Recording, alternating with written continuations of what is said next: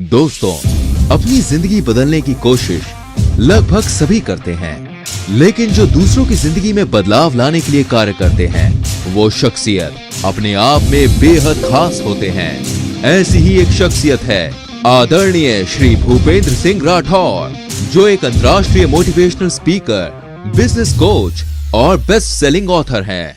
ये अमेरिका के न्यूयॉर्क शहर में स्थित यूनाइटेड नेशंस मुख्यालय में बोलने वाले पहले भारतीय मोटिवेशनल स्पीकर बने, जिन्हें बेहतरीन कार्यों के लिए कई अवार्ड्स और सम्मान मिले हैं। ये CEO इंडिया मैगजीन के द्वारा इंडिया के number 1 motivational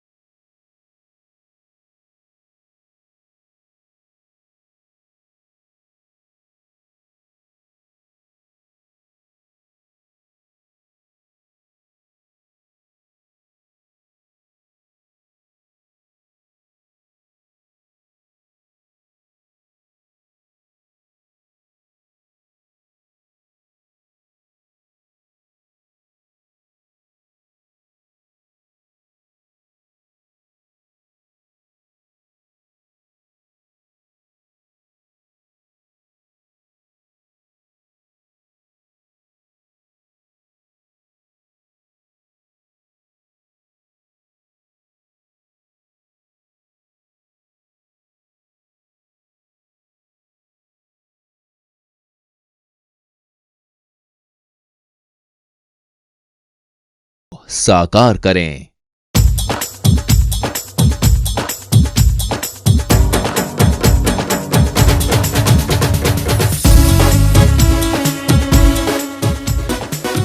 Are you ready? नमस्कार, आप सभी का स्वागत है दोस्तों इस जबरदस्त प्रोग्राम में जिसका नाम है the magic of thinking rich. आइए सेलिब्रेशन करते हैं।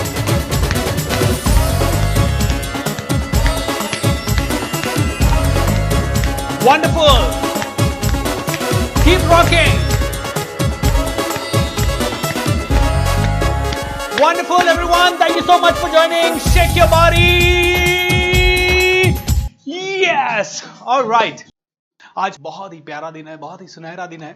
आपने वो कहानी सुनी होगी जहां पे एक छोटा सा हाथी का बच्चा जब पैदा होता है तो एक छोटी सी रस्सी से बंधा हुआ रहता है और वो उस रस्सी को तोड़ नहीं पाता है, और बाद में वो कहीं ना कहीं ये यकीन कर लेता है कि वो उसे तोड़ नहीं सकता। बहुत ही कॉमन सी चीज है। क्यों?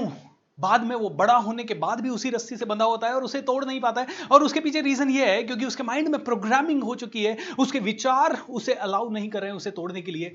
अब वो ही हाथी का बच्चा आप और मैं हैं। कहीं ना कहीं हम सभी की कोई ना कोई लिमिटेशंस है। हम लोग बनना तो चाहते हैं अर्जुन, लेकिन कहीं ना कहीं हम लोगों को अर्जुन बनने से इश्यूज हैं।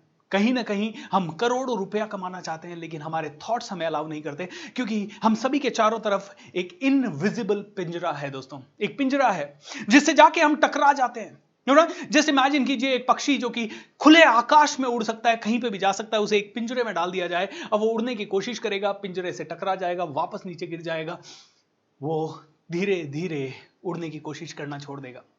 तो दोस्तों, आगे बढ़ने से पहले छोटा सा ये बताना चाहूंगा कि ये प्रोग्राम कैसे शुरू हुआ, क्यों ये मैजिक ऑफ थिंकिंग रिच आपके सामने है, और मैं इतनी बड़े क्लेम क्यों कर रहा हूं कि ये दुनिया का सबसे बड़ा मोटिवेशनल वर्कशॉप है। क्यों मैं ये आपको बता रहा हूं? क्योंकि ये प्रोग्राम करने के बाद आपकी जिंदगी सेम नहीं रहेगी। डोंट जज the book by its cover. आज पहला सेशन है दोस्तों, पहला सेशन वार्म अप का सेशन है। जब सीजन पहला शुरू हुआ था नवंबर में, हम लोगों को बड़ा अनसर्टेनिटी था, क्या होगा, कैसे होगा, चलेगा नहीं चलेगा।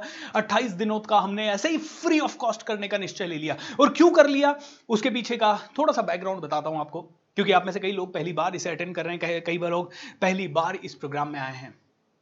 दोस्तों, 2017-18 मेरी लाइफ का बहुत मुश्किल पीरियड था। लोन्स थे, प्रॉब्लम्स थी, चैलेंजेस थे, और मैं सब कुछ, मेरी सारी बुद्धि को जब मैंने यूज कर लिया, उसके बाद भी मैं उससे फ्री नहीं हो पा रहा था। सो फाइनली मैं अपने एक टीचर के पास गया, उनका नाम है नित्य शांति। सो नित्य शांति सर के पास गया और मैंने कहा सर ऐसी ऐसी प्रॉब्लम्स हैं, और उन्होंने 1.5-2 घंटा मुझे काउंसिल किया, उन्होंने मुझे काफ़ी सारी चीज़ें बताई। एंड उन्होंने एक थॉट मुझसे पूछा, एक सवाल मुझसे पूछा, भूपेंद्र तू ट्रेनिंग इंडस्ट्री में आया क्यों था? तो मैंने उनका सहजता से उत्तर दिया कि सर मैं इसलिए आया क्योंकि 2007 में जब मैं पहली बार पुणे आया और मेरे अंदर कॉन्फिडेंस नहीं था, मुझे बात करना नहीं आता था, मेरे अंदर बहुत ज़्यादा नेगेटिविटी थी, उस समय मुझे बहुत डर लगता था। तो मैंने कहा क्या किया जाए, एंड एक्सीडेंटली मैंने एक प्रोग्राम ज्वाइन किया जिसने कि मुझे सिखाया कि कैसे आपके विचारों को आपने अगर इस्तेमाल किया तो आप अपनी ज़िंदगी में जो चाहें वो कर सकते हैं। उस प्रोग्राम में मैंने सीखा कम्युनिकेशन स्किल दुनिया का सबसे इंपॉर्टेंट स्किल है। और जब मैं ये सीखना शुरू कर दिया सर, तो उसके बाद से मुझे लगने लगा कि yes I can do everything. जहां मैं नेगेटिव था वहां से मैं पॉजिटिव होने लगा, जहां मैं स्माइल नहीं करता था वहां से मैं स्माइल करने लगा, जहां मुझे बहुत ज़्यादा डर लगता था अब मैं लोगों को कॉन्फिडेंस देने लगा। मैंने कहा सर इतना परिवर्तन जब मेरी लाइफ में आया तो मैंने एक ही चीज़ डिसाइड की कि क्यों ना ये सेम मोटिवेशन, ये सेम चीजें मैं दूसरों को सिखाऊं। और एज ए हॉबी मैंने शुरू की थी, और बाद में जब मैंने इसे प्रोफेशन बनाया तो मेरा एक थॉट था कि मैं कम से कम पैसों में या फ्री में इसे दुनिया को बांटूं। तो मेरे टीचर ने मुझसे सवाल किया, क्या तूने आज तक वो सब किया जिसके कारण तू इस फील्ड में आया था? मैंने कहा oh my God no sir. मैंने शुरुआत में ज़रूर फ्री करने की कोशिश की थी कुछ प्रोग्राम मेरे, लेकिन होता ये था कि पैसे नहीं होते थे, कई सारे चैलेंजेस होते थे, हम अनाउंस भी करते थे तो 4 लोग आते थे, 2 लोग आते थे, एंड बड़ा मुश्किल होता जा रहा था। तो मैंने कहा सर मैं नहीं कर पाया इसे, तो भूपेंद्र अब करना शुरू कर। और उन्होंने ये पूरे 2 घंटे के कॉन्वर्सेशन में एक लाइन बोल दी, और वो लाइन आज तक मेरे दिमाग में छप गई और वो मेरी कोर फिलॉसफी बन गई है। वो लाइन है, when you support the world selflessly, the whole universe supports you endlessly. When you support the world selflessly, the whole universe supports you endlessly. जब आप दिल से इस ब्रह्मांड को सपोर्ट करना चाहते हैं तो पूरा ब्रह्मांड आपको एंडलेसली सपोर्ट करता है। दोस्तों एक ही इंटेंशन है, जैसे मेरी जिंदगी मेरे गुरुओं ने चेंज की, वो ही सेम थॉट्स आप लोगों की जिंदगी में लाना चाहता हूं। और दोस्तों छोटी बात रहेगी मेरे मुंह से, लेकिन मैं इतना कह सकता हूं कि जितने भी लोगों ने magic of thinking rich season 3 attend किया, जितने भी लोगों ने सीजन 2 अटेंड किया, जितने भी लोगों ने सीजन 1 अटेंड किया, अभी तक 3 मिलियन लोग यानी 30 लाख से ज्यादा लोग इन 3 सीजन के कोई ना कोई वीडियो देख चुके हैं। And all of them have said one thing, sir हमारी हेल्थ अच्छी हो गई, हमारी पर्सनालिटी अच्छी हो गई, सर मेरा डर चला गया मन से, सर अब मैं रिस्क लेने लगा हूं, सर मेरा व्यापार अच्छा होने लगा है। मैं थोड़े दिन पहले दिल्ली गया था दोस्तों, और दिल्ली में एक लड़का मेरे पास आया, sir I want to share with you something. मैंने कहा क्या बात है? बोलता है सर आपका जो magic of thinking rich season 3 चल रहा था उसके पहले मैं 5,000 रुपए महीना कमाता था सर। उसके बाद मेरे अंदर बहुत जबरदस्त जोश आया, मैंने ये समझ लिया कि मेरे माइंड के अंदर ही मेरी लिमिटेशन है, अगर मेरा माइंड बहुत जबरदस्त सोचने लगा तो सारी जिंदगी को मैं पलट सकता हूं सर। उसके बाद से मैंने अपनी जिंदगी में पूरी ताकत लगा दी, और सर आज मैं बहुत खुश हूं। Magic of thinking rich season 3 हुआ था दोस्तों अप्रैल में, और ये जो प्रोग्राम मैं बात कर रहा हूं ये हुआ था जून में वो मुझे बोलता है सर अब मैंने इस महीने 1,05,000 रुपए से ज्यादा कमाया। दोस्तों मैंने एक किताब लिखी है जिसका नाम है master your thoughts master your life. बदलें अपनी सोच तो बदलेगा जीवन, इसका हिंदी वर्जन है master your thoughts master your life. ये master your thoughts master your life जो किताब है, इसमें मैंने एक चीज बताई है, जब आप अपने विचारों की मास्टरी करते हैं तब आप अपनी जिंदगी की मास्टरी करते हैं, क्योंकि जब आप सोचते हैं तब आप अट्रैक्ट करते हैं, जब आप सोचते हैं तब आप नया कुछ ना कुछ क्रिएट करते हैं। एम आई राइट और रॉन्ग? जब आप सोचते हैं तब आप कुछ क्रिएट करते हैं। इज दैट क्लियर और नॉट? आप देखिए आपकी जिंदगी कैसी है। कोई अगर 10,000 कमा रहा है तो सोचिए उसके विचार क्या होंगे, कोई अगर 1 लाख कमा रहा है तो उसके विचार क्या होंगे, कोई 1,000 लाख करोड़ कमा रहा है तो उसके विचार क्या होंगे। थोड़े दिन पहले एक जबरदस्त सक्सेस भारत को मिली। कौन सी सक्सेस? हमारे सबसे पावरफुल एथलीट नीरज चोपड़ा जी ने गोल्ड मेडल जीता। Are you proud of it? अगर नीरज चोपड़ा जी के लिए you are, I am sure each and every one of us are proud. अब जस्ट इमेजिन कीजिए नीरज चोपड़ा गोल्ड मेडल लेके कैसे आए होंगे। नीरज चोपड़ा ने क्या किया होगा कि रोज सुबह वो 1 घंटा 1.5 घंटा प्रैक्टिस के लिए जाते होंगे। उनका मन होगा तो दौड़ते होंगे, उनका मन नहीं होगा तो नहीं दौड़ते होंगे, उनका मन होगा तो एक्सरसाइज करते होंगे, उनका मन नहीं होगा तो एक्सरसाइज नहीं करते होंगे, उनका मन होगा समोसा खाने का तो समोसा खा रहे होंगे, उनका मन होगा बारिश में घूमने का, फिरने का, दोस्तों से बात करने का, चैट का, या इंस्टाग्राम या सोशल मीडिया पे जाने का, तो वो दिन रात वो कर रहे होंगे। और 1 आधा घंटा उन्होंने ऐसे ही भाला ऐसे फेंक लिया होगा और उसके कारण उनको गोल्ड मिल गया। Is that correct? दोस्तों, that's not true at all. आज नीरज जी चोपड़ा ने गोल्ड मेडल जीता। दोस्तों, पता है ये गोल्ड मेडल जीतने के समय जब वो दौड़ रहे थे और दौड़ के उन्होंने जो भाला फेंका होगा, इस पूरी प्रोसेस में मुश्किल से 10 से 15 सेकंड लगे होंगे। और ये 15 सेकंड की परफॉर्मेंस के लिए नीरज चोपड़ा ने 15 साल मेहनत की है। 15 साल मेहनत, 15 साल की फोकस, 15 साल का कमिटमेंट, 15 साल उन्होंने पसीना बहाया। और 15 साल पहले से उनको नहीं पता था कि शायद गोल्ड ओलंपिक में गोल्ड आएगा भी कि नहीं आएगा। जब वो गोल्ड मेडल के लिए उनका नाम घोषित हुआ, उसके एक क्षण पहले, 1 मिनट पहले तक या एक सेकंड पहले तक पूरी दुनिया को नहीं पता था कि who is this guy. 90% of us did not know, at least मैं तो नहीं जानता था, क्योंकि मैं ओलंपिक वगैरह को फॉलो नहीं कर रहा था। लेकिन जैसे ही वो थ्रो हुआ, Neeraj Chopra became the super hero. दोस्तों, अगर वो थ्रो चूक जाता तो भी शायद ब्रॉन्ज में या फिर सिल्वर मेडल में उनका नाम आ जाता। But think about those athletes जो 15-15, 20-20 साल अपनी मेहनत लगाते हैं एक गोल्ड मेडल के लिए या एक सिल्वर मेडल के लिए या एक ब्रॉन्ज मेडल के लिए, एंड उनमें से लाखों को कभी नहीं मिलता। 15 years ऑफ फोकस। लेकिन दोस्तों, इज इट इजी कि 15 साल के लिए अपने माइंड को कंट्रोल कर ले? इज इट इजी कि 15 साल के लिए बहुत फोकस्ड हो जाए? इज इट इजी कि 15 साल के लिए कोई व्यक्ति अपने आप को संयत कर ले? 15 साल, 15 years, कैन यू इमेजिन? 15 साल के लिए ये नीरज भाई अपने आप को इतना फोकस्ड, इतना डिसिप्लिन, इतना डेडिकेटेड रख रहे होंगे। Do you also want to reach to the same heights जहां नीरज जी पहुंचे? Do you also want to reach to the same heights, my dear friends? Do you also want to bring the gold? My question is, yes, I know that आप में से हर एक आदमी gold लाना चाहता है। आप में से हर एक आदमी अपने माँ बाप का सपना पूरा करना चाहता है। आप में से हर एक आदमी चाहता है कि आपके कारण तिरंगा ऊपर उठे।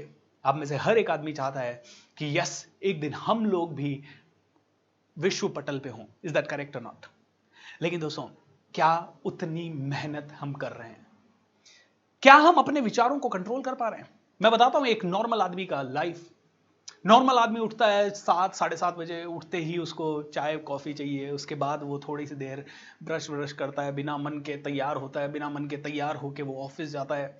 ऑफिस में भी उसको हर ब्रेक के अंदर एंटरटेनमेंट चाहिए। क्या चाहिए? एंटरटेनमेंट चाहिए। वो ब्रेक के अंदर जाता है, उसको गॉसिप्स चाहिए। वो ट्रैवल के टाइम पे गाने वाने सुनता है या यूट्यूब वीडियो के फालतू के वीडियोस देखता है। ऐसे वीडियोस देखता है जो उसके किसी काम के नहीं है। रैंडमली वीडियो देखता है। किसी दिन उसको जोश चढ़ जाता है तो मोटिवेशन देख लेता है। किसी दिन वो एंटरटेनमेंट देखता है। किसी दिन वो मूवी का गाना सुनेगा। किसी दिन वो कुछ और देखेगा। किसी दिन कोई फालतू की रील्स देखेगा।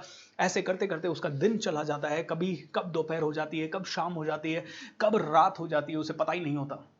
और जब वो कैसे नीरज चोपड़ा जैसे किसी सक्सेस को देखता है तो उसका खून खोलता है। किसी दिन यस, मैं भी करूंगा, yes I will also do it. लेकिन कितने लोग कर पाते हैं दोस्तों? 31 दिसंबर, ध्यान से सुनिएगा मेरी बात, 31 दिसंबर, 31 दिसंबर एवरीबडी सेट्स ए रेजोल्यूशन। 31 दिसंबर को हर एक आदमी एक रेजोल्यूशन सेट करता है। इस साल मैं पैसा कमाने के लिए कम्युनिकेशन स्किल सीखूंगा। इस साल मैं सेलिंग स्किल सीखूंगा। इस साल मैं वजन कम करूंगा। इस साल मैं इतने किलोमीटर दौड़ूंगा। इस साल मैं ये करूंगा। इस साल मैं गोल्ड मेडल जीतूंगा। अपने अपने फील्ड के लिए सारे रेजोल्यूशन सेट करते हैं। और 5 जनवरी, 7 जनवरी, 8 जनवरी या 15 जनवरी या किसी का बहुत ही ज्यादा डिटर्मिनेशन हाई है तो 30-31 जनवरी तक सब कुछ खत्म हो जाता है। दोस्तों, ऐसा क्यों होता है? Why does it happen? Can you really think about this? क्यों होता है ऐसा? हम लोग तो बड़े सीरियस थे, फिर हम नीरज चोपड़ा क्यों नहीं बन पाते? फिर हम ये गोल्ड क्यों नहीं ला पाते? दोस्तों, इसीलिए ये magic of thinking rich season 4 आप लोगों के लिए लेके आया हूं, ताकि आप में से और मुझ में से हर एक इंसान हम में से हर एक इंसान अपने माइंड को समझ पाए। और ये कोई थ्योरी वर्कशॉप नहीं है, ये सिर्फ कोई मोटिवेशन नहीं है। आपको सिस्टमैटिकली दोस्तों एक एक चीज समझाऊंगा, कैसे आपका सबकॉन्शियस माइंड काम करता है। इस सबकॉन्शियस माइंड को ट्रेन करने के लिए क्या करें, इस सबकॉन्शियस माइंड को नीरज चोपड़ा की तरह कैसे स्ट्रॉन्ग बनाएं, इस सबकॉन्शियस माइंड को कैसे सुपर परफॉर्मर बनाएं, इस सबकॉन्शियस माइंड और कॉन्शियस माइंड को कैसे अलाइन करें, कैसे इन दोनों के अंदर बैर ना रहे। क्योंकि सबकॉन्शियस माइंड कहता है सो जा, कॉन्शियस माइंड कहता है पढ़ाई कर ले, सबकॉन्शियस माइंड कहता है भैया बारिश में भीगना है, कॉन्शियस माइंड कहता है नहीं बारिश में नहीं भीग सकता, मतलब कॉन्शियस माइंड कहता है कि भैया मुझे समोसा नहीं खाना चाहिए क्योंकि इसमें ऑयल होता है, फैट होता है। सबकॉन्शियस माइंड कहता है मेरी तो समोसा खाने की इच्छा है। सबकॉन्शियस माइंड को आप मन कह सकते हो, सबकॉन्शियस माइंड को आप जो कहना है कह सकते हो। लेकिन दोस्तों ये पूरी वर्कशॉप में आप सीखेंगे सिस्टमैटिकली एक एक मेथड, जिससे कि आप अपने सबकॉन्शियस माइंड को कंट्रोल कर सकते हैं। ना सिर्फ कंट्रोल कर सकते हैं, उसको प्रोग्राम कर सकते हैं। उसको प्रोग्राम करने के बाद बहुत सारी चीजें कर सकते हैं। दोस्तों, are you excited for this workshop? I am super duper excited, क्योंकि मुझे पता है ये वर्कशॉप आप में से कई लोगों के घरों में इतनी खुशियां लाएगा। I can bet, I can promise you couple of things. एक तो ये जो 1 दिन होंगे ना, ये हर रोज आप उत्सव मनाएंगे, हर रोज उत्सव मनाएंगे, हर रोज आप में से हर एक आदमी सेलिब्रेट करेगा। And I really want each and every one of you to feel that celebration in your body. So दोस्तों, मैं हमेशा एक चीज कहता हूं, एक सोच बदल सकती है भारत की तस्वीर, एक सोच बदल सकती है हम सबकी तकदीर।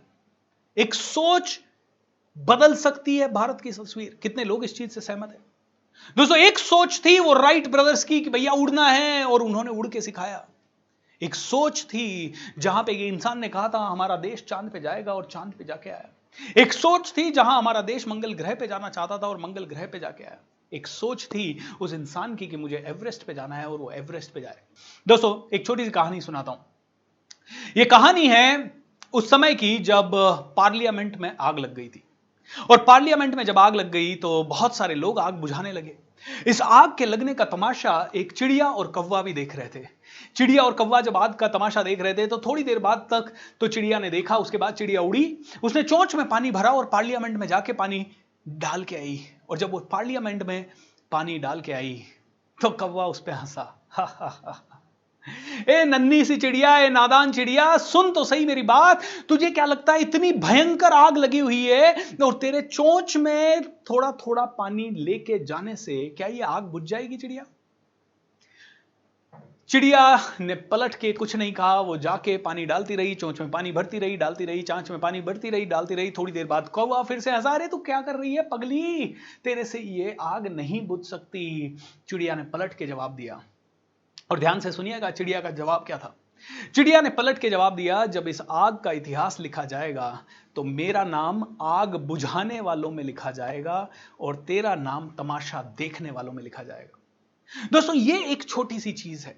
आज मैं और आप भारत को आजादी दिलाना चाहते हैं, अलग तरह की आजादी, एक अर्थ क्रांति हम लाना चाहते हैं। हम लोग चाहते हैं कि हमारा देश सबसे सर्वोपरि बने, विश्व गुरु फिर से बने, एंड उस लेवल पे आ जाए जहां पे कि हमारे देश में के सारे मॉडल्स को सारी दुनिया कॉपी की जाए। हमारा राइट?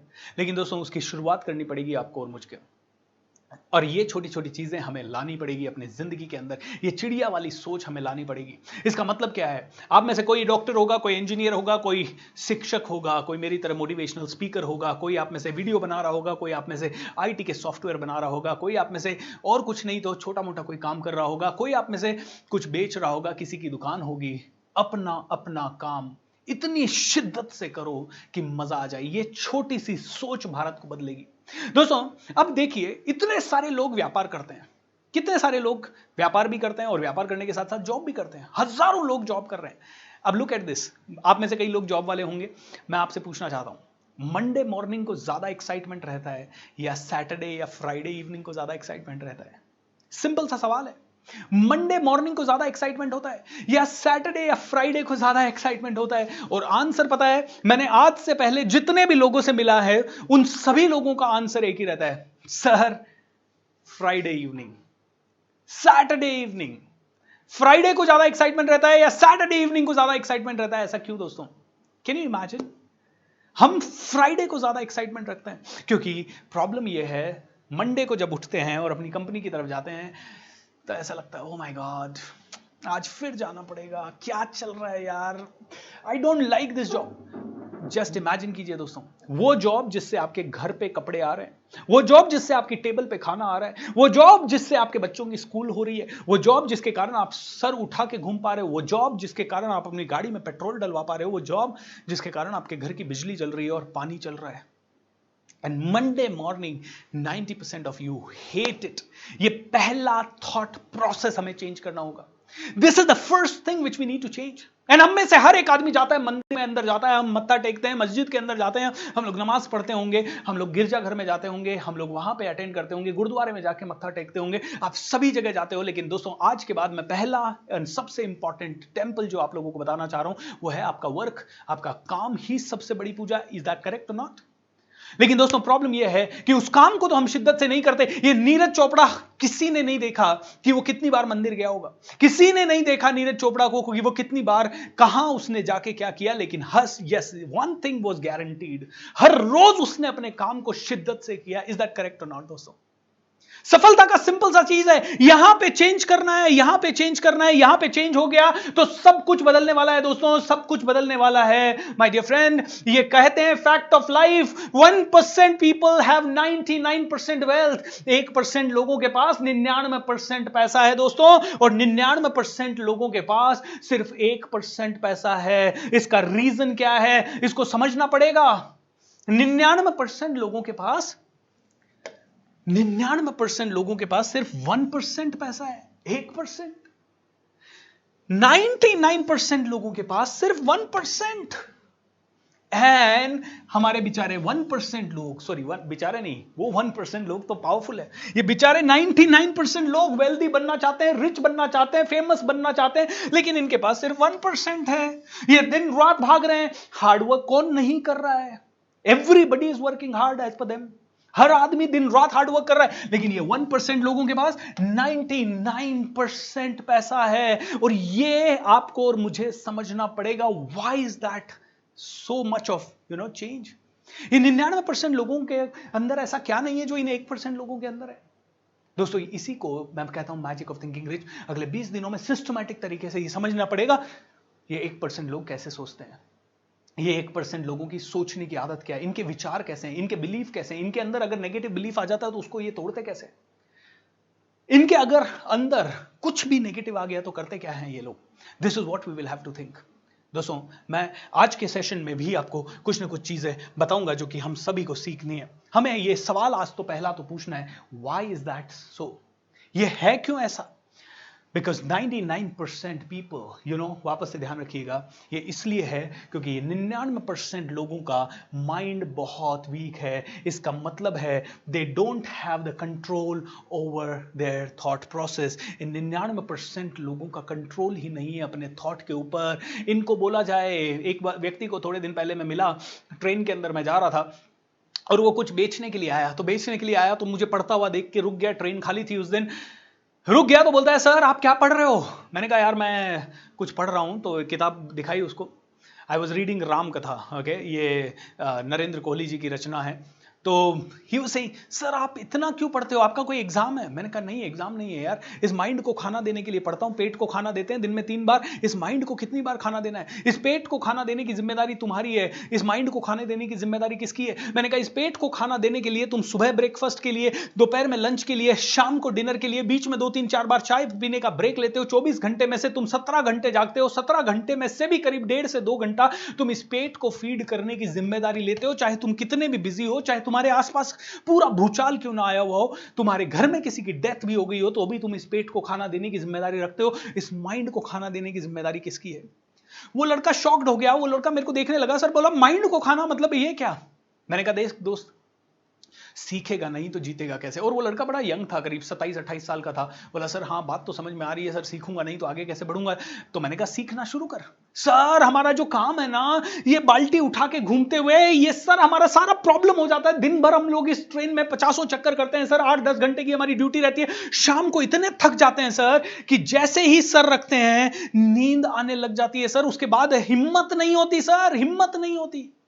तो मैंने उसे कहा, मैंने कहा दोस्त ये ही जिंदगी कितने और दिन जीना चाहता है? मैं आपसे पूछता हूं, ये ही जिंदगी कितने और दिन जीना चाहते हैं? और उस लड़के ने कहा सर एक भी दिन और नहीं जीना चाहता। मैंने कहा अगर ऑप्शन हुआ तेरे पास तो कितने और दिन ये जिंदगी जीना चाहेगा? बोला एक भी दिन नहीं। मैंने कहा एक भी दिन नहीं, एक पल भी नहीं सर। मैंने कहा तो फिर कुछ तो अलग करना पड़ेगा। वापस से एक ध्यान से सुनिएगा दोस्तों, अगर वो ही करते रहे जो करते आए हैं तो वो ही मिलता रहेगा जो मिलता आया है। वो ही करते रहे जो करते आए हैं तो वो ही मिलता रहेगा जो मिलता आया है। तो मैंने उसे कहा, मैंने कहा दोस्त ये समझ ले, अगर जिंदगी भर ये काम वापस नहीं करना तो तुझे बदलना पड़ेगा, और तुझे बदलने के लिए तुझे खुद को ही पहला कदम उठाना पड़ेगा, कोई और उठाने वाला नहीं है। अगर मेरी बात से सहमत है तो नीचे लिख दीजिए यस आई एग्री। दोस्तों आप ही को करना पड़ेगा। सो उस लड़के को मेरी बात तो समझ में आ गई, लेकिन उसने कहा सर करूं कैसे, how can I do it? मैंने कहा पहले तुझे एक शिफ्ट लाना पड़ेगा। मैंने कहा you have to shift everything in your life, और उसमें से सबसे पहला शिफ्ट, ध्यान से सुनिएगा, ये शिफ्ट कौन सा है? आप में से हर किसी को ये शिफ्ट अपनी जिंदगी में लेके आना है। ये शिफ्ट है हम में से हर एक व्यक्ति, आज अगर ये एंटरटेनमेंट का कोई होता प्रोग्राम तो यहां शायद 10 लाख 15 लाख लोग कनेक्टेड होते इस यूट्यूब पे, लेकिन ये दोस्तों कौन सा प्रोग्राम है? एजुकेशन का प्रोग्राम है। हम सबको एंटरटेनमेंट की आदत पड़ी हुई है, एंटरटेनमेंट की। हमें पहला शिफ्ट अपनी जिंदगी में लाना पड़ेगा कि आज के बाद हमें इस एंटरटेनमेंट को क्रॉस मारना पड़ेगा, एंटरटेनमेंट से एजुकेशन की तरफ हमें शिफ्ट होना पड़ेगा। We will have to shift from entertainment to education.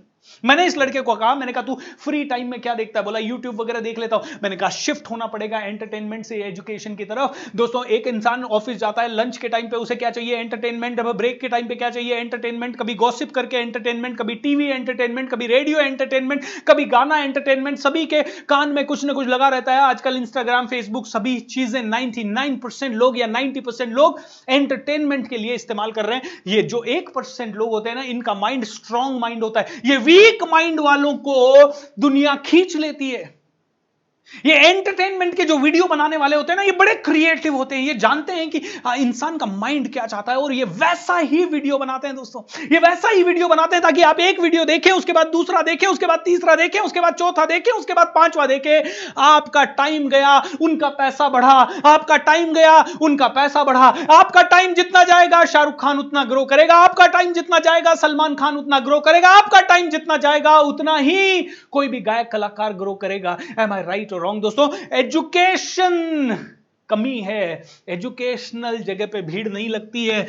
Entertainment से हमें शिफ्ट लाना पड़ेगा किसकी तरफ? एजुकेशन की तरफ। दोस्तों मैंने पिछले 10 सालों में 12 सालों में पढ़ाई की सिर्फ इस चीज की कि कैसे मैं अपने आप को सुधारूं, कैसे अपने कम्युनिकेशन स्किल को सुधारूं, कैसे सेलिंग स्किल को सुधारूं, कैसे मार्केटिंग स्किल को सुधारूं, कैसे अपने बोलने की कला को सुधारूं, कैसे मैं ज़्यादा से ज़्यादा चीज़ें पढ़ूं, कैसे मैं अपने दिमाग की धार को तेज करता रहूं। आप में से कई लोगों ने डॉक्टर स्टीवन कवी, इनके बारे में सुना होगा। इन्होंने एक किताब लिखी है 7 habits of highly effective people. इसमें उन्होंने 7 जबरदस्त आदतों का जिक्र किया है। और यू नो व्हाट, ये बुक लिखने के लिए उन्होंने 3000 टॉप एग्जीक्यूटिव्स का या किसी भी फील्ड के टॉप लोगों का, 3000 से ज्यादा का इन्होंने क्या किया?